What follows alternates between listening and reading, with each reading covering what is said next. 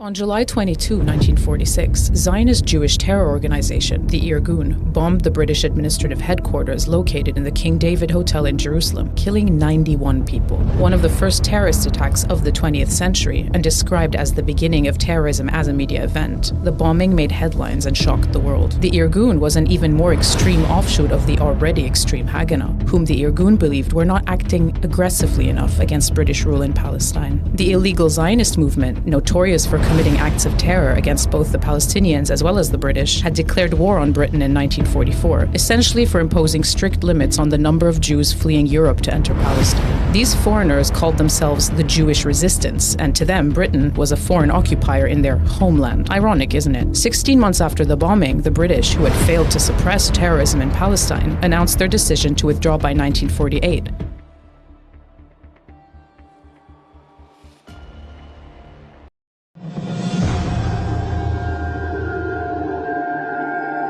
It was one of the most audacious acts of terror the world had ever seen. They used 350 kilos of gelignite and TNT, and they planted the bomb in broad daylight in a building full of people. Nearly 60 years on, and it is as fresh in the memory as ever for those involved. I was running as fast as I could, with the bomb on my shoulder. There were a lot of explosives inside. It was heavy. The bomb killed 91 people and 45 others were injured. But little did the bombers of Jerusalem's King David Hotel back in 1946 know that they were one day to be hailed as the founding fathers of a new age of terror. For their success inspired waves of imitators around the world. If my sacrifice for that is to be called a terrorist, then I'm glad to have been a terrorist for liberation. We didn't mind being called terrorists then, because we actually used force, such force, a brutal force, in order to get rid of them. We knew we only had one chance in 1,000 of coming out alive. The death was around every corner. This is the story of the birth of modern terrorism, of the activists who invented it, and of how it has been appropriated and dispersed around the globe.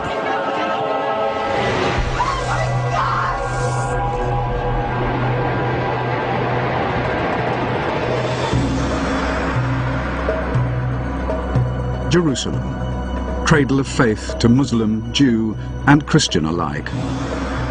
Jerusalem, the birthplace of modern terrorism. After a bomb explosion caused by terrorists on the British headquarters at Jerusalem, one entire corner of the King David Hotel, a building of 7 stories, was razed to the ground. The stone floors were cut clean. In scenes eerily reminiscent of New York 55 years later, the Jerusalem bomb was the beginning of terrorism as a media event, designed to capture the world's attention. The latest casualty list included 65 killed, 47 injured. The perpetrators, Zionist Jews, members of Menachem Begin's Irgun terrorist network. Begin, who would one day become Prime Minister of Israel, described this tactic as turning Palestine into a glass house, where the entire world was looking in. I think it was one of these acts of violence that, ahead of its time, in an era before CNN, before instantaneous news, was choreographed precisely to attract international attention. We were a minority, but we were a minority with a clear ideology that we must have a Jewish state to rebuild the state which was existing many, many hundreds of years ago. The bombing of the King David Hotel was perhaps one of the most significant terrorist incidents of the 20th century. For many decades, it actually held the infamous record of having killed the largest number of people. In a fight for liberty, you have always those who are more, call them extreme, or more adamant, or call them staunch, and they want it immediately, not to wait for the Messiah.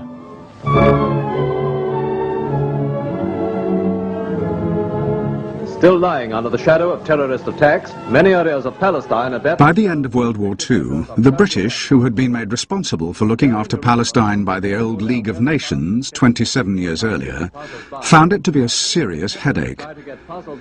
They were caught in the middle of the Arabs and the Jews, both of whom wanted the country for their own, were unwilling to peacefully coexist, and were agreed on only one thing: their hatred of the British, whom they both saw as foreign occupiers. The British military and administrative headquarters was here, in the south wing of the King David Hotel in Jerusalem. The luxury hotel itself still functioned with guests, restaurants, bars, and Sudanese waiters. Jerusalem at that time, it was a fortress, and I walk through the town and put in my mind every place and think about how can we attack this place. If we succeed, it's very important the whole world will see that we can fight even the British. Begin and Ellis decided on a daring plan. They would strike at the very heart of British rule, the King David Hotel itself. If they succeeded here, the whole world would take notice. The terrorist bomb was hidden in 7 milk churns and delivered in a hijacked pickup truck to the hotel's basement kitchen.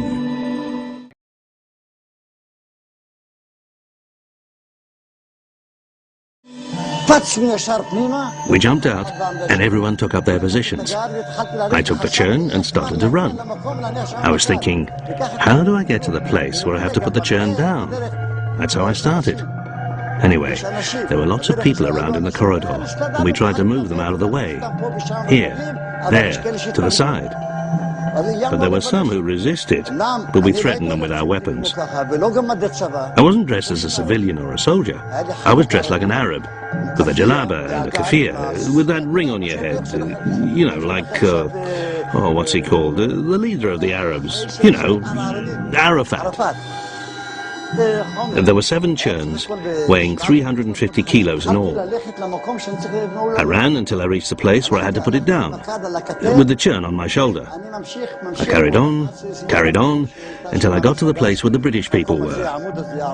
I saw a pillar that used to be here, and I put the churn down and ran away immediately.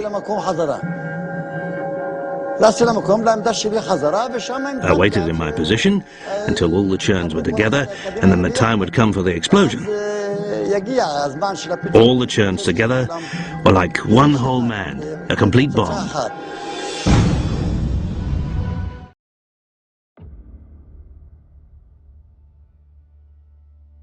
Cases that really got us. First of all, there was a false flag attack in London in 1994, where a car bomb exploded outside the Israeli embassy in the centre of London.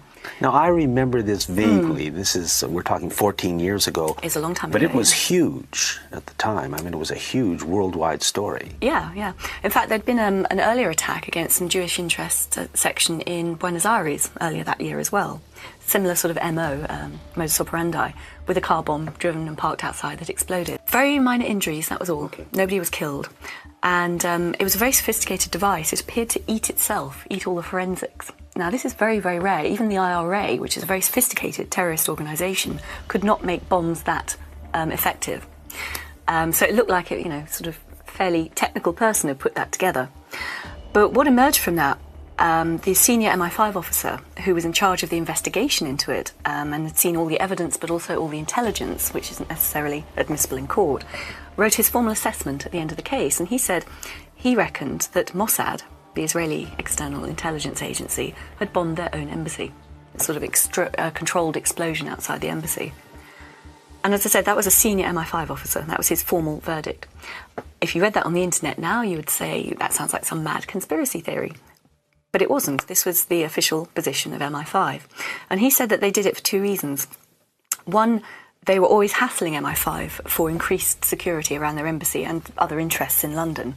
Because, of course, London had a reputation of giving safe haven to Arab dissidents from around the world at that point.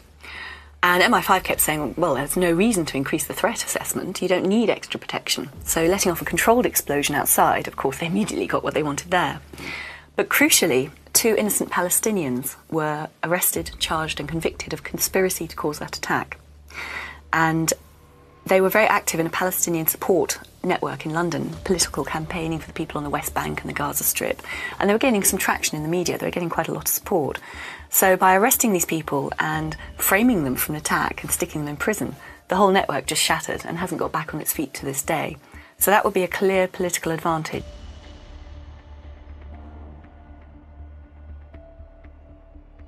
Researching my memoir, I met a friend of my mother. My mother is 95 years old. She lives in Ramat Gan. She's the main source for my memoir for the early period. And this friend of hers was in the Zionist underground. And he told me the full story in some detail.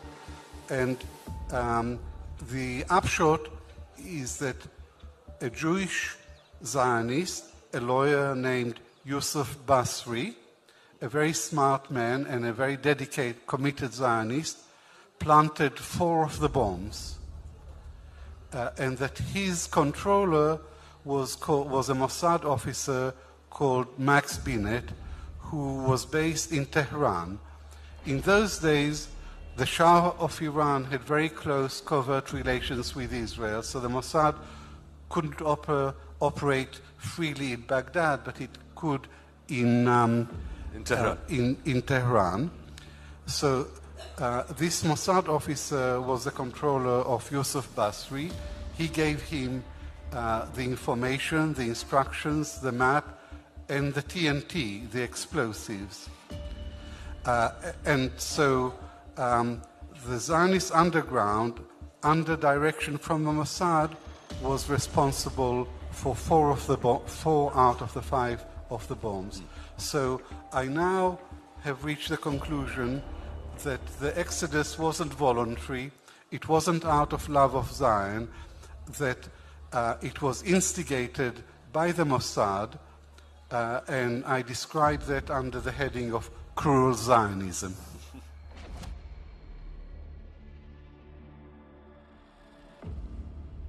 For me, say you crazy.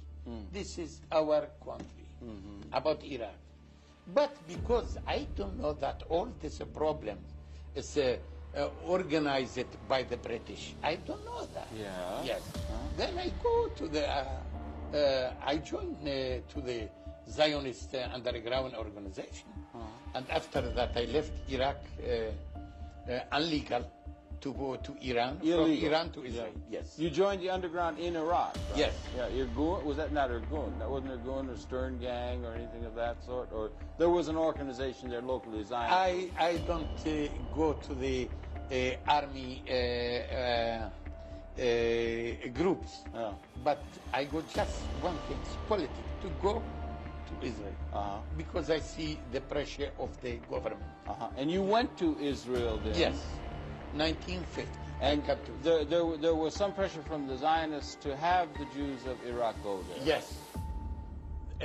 When they see that with all the pressure, the Jews still there, they using bomb. Really? Yes. They put many bombs. Jewish Zionists did that? Yes. They put many bombs in where the many building of the Jews. They put it there, and one it was in synagogue, and it was full of Jews, and some killed and some wounded.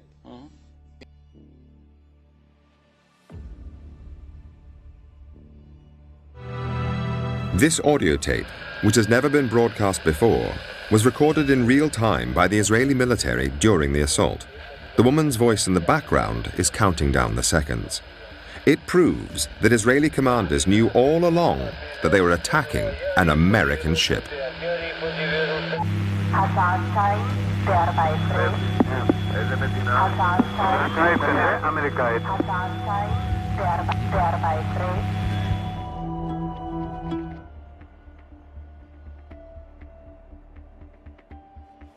When the attack started and we realized that we needed help, we tried to communicate with the Sixth Fleet.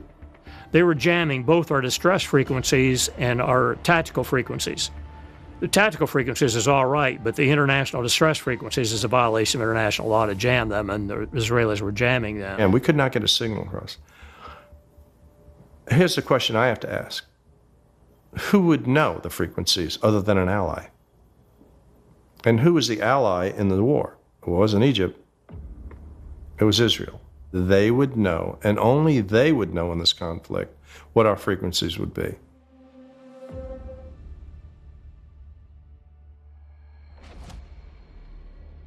Up above, the Israeli military argued about what should happen next and who should sink the Liberty.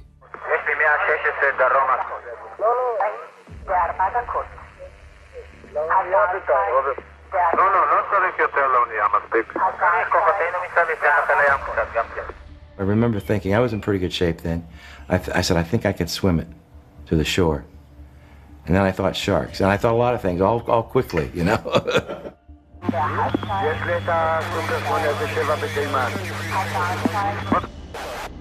At 11 minutes past 2, with the Israeli jets running out of ammunition, the pilots were instructed to fly down and confirm the identity of the ship.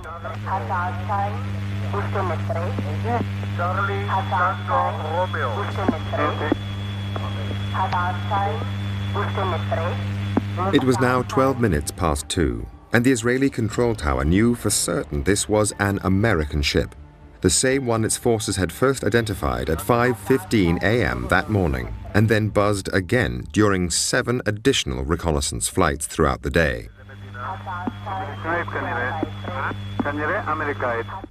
The jets then pulled out, but 3 Israeli Navy motor torpedo boats were already on their way.